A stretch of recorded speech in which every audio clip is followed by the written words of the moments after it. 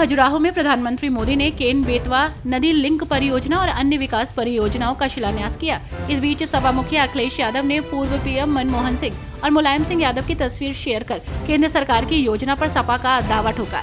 सपा मुखिया अखिलेश यादव ने लिखा, नदियों को जोड़ना देश को जोड़ने का काम होता है और इस बड़ी सोच के साथ अपने नेताजी ने देश में सबसे पहले 2 राज्यों की नदियों को जोड़ने की परियोजना की संकल्पना की थी। मुख्यमंत्री योगी आदित्यनाथ के सोमवार के दौरे के बाद रात से ही महाकुंभ की तैयारियां और तेज हो गई। मुख्यमंत्री जल्द ही फिर आ सकते हैं। माना जा रहा है कि एक अखाड़ा की धर्म ध्वजा की स्थापना में वो शामिल होने के लिए 28 दिसंबर को जा सकते हैं। मुख्यमंत्री सोमवार को समीक्षा बैठक और निरीक्षण के बाद लखनऊ लौटे तो उच्च अधिकारियों ने फिर बैठक की। जन्म शताब्दी समारोह में बोलते हुए मुख्यमंत्री योगी आदित्यनाथ ने कहा कि सुशासन के लिए सुरक्षा का भाव आवश्यक है। ये जन सहभागिता के बिना संभव नहीं हो सकता। सुरक्षा का भाव घर के अंदर से पैदा करना होगा। यदि व्यक्ति घर के अंदर सुरक्षित है तो सामुदायिक रूप से सुरक्षा का भाव स्वतःस्फूर्ति भाव के साथ पैदा होता हुआ दिखाई देगा। अपराध, अपराधियों, भ्रष्टाचार और भ्रष्टाचारियों के लिए सरकार की नीति 0 टॉलरेंस की है।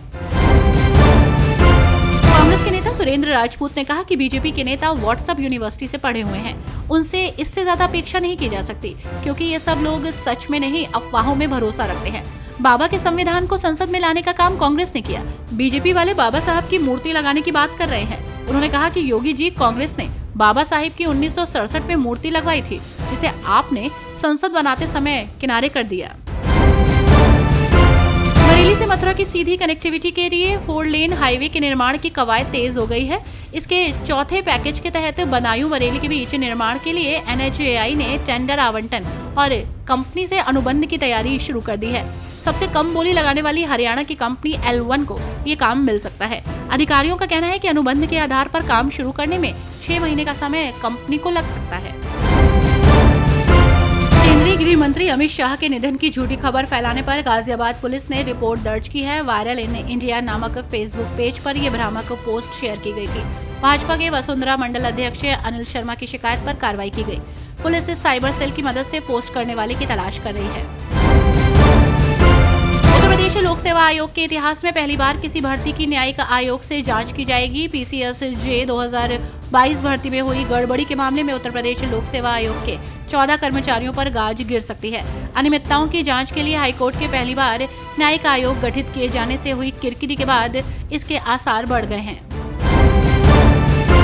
खालिस्तानी आतंकी गुरपंतवंत सिंह पन्नू की महाकुंभ में गड़बड़ी फैलाने की धमकी के बाद एक तरफ जहां पुलिस प्रशासन अलर्ट है तो वहीं दूसरी तरफ साधु संतों की प्रतिक्रिया भी आ रही है। इसी बीच पन्नू समेत दूसरे खालिस्तानी समर्थकों को रुद्राक्ष बाबा के नाम से मशहूर शिव योगी मौनी महाराज ने अल्टीमेटम दिया है। हवा में त्रिशूल लहराकर आतंकी पन्नू को चुनौती दी है। उन्होंने कहा कि देश की पुलिस फोर्स और सीमा पर तैनात सैनिक हर गतिविधियों का मुंहतोड़ जवाब देने में सक्षम है। उत्तर प्रदेश के संभल में पुलिस के एक क्षेत्राधिकारी को इंटरव्यू देने के लिए कथित तौर पर धमकाने के बाद सार्वजनिक शांति भंग करने के आरोप में एक यूट्यूबर को गिरफ्तार किया गया है। यूट्यूबर मशकूर रजा दादा ने कथित तौर पर स्थानीय सीओ अनिल कुमार चौधरी का इंटरव्यू लेने के नाम पर उन पर दबाव बनाने के लिए उत्तर प्रदेश के CM योगी आदित्यनाथ और यूपी के DGP प्रशांत कुमार के नाम का इस्तेमाल किया। अलीगढ़ मुस्लिम विश्वविद्यालय में नए सत्र से स्नातक और परास्नातक की पढ़ाई 4 साल में पूरी होगी।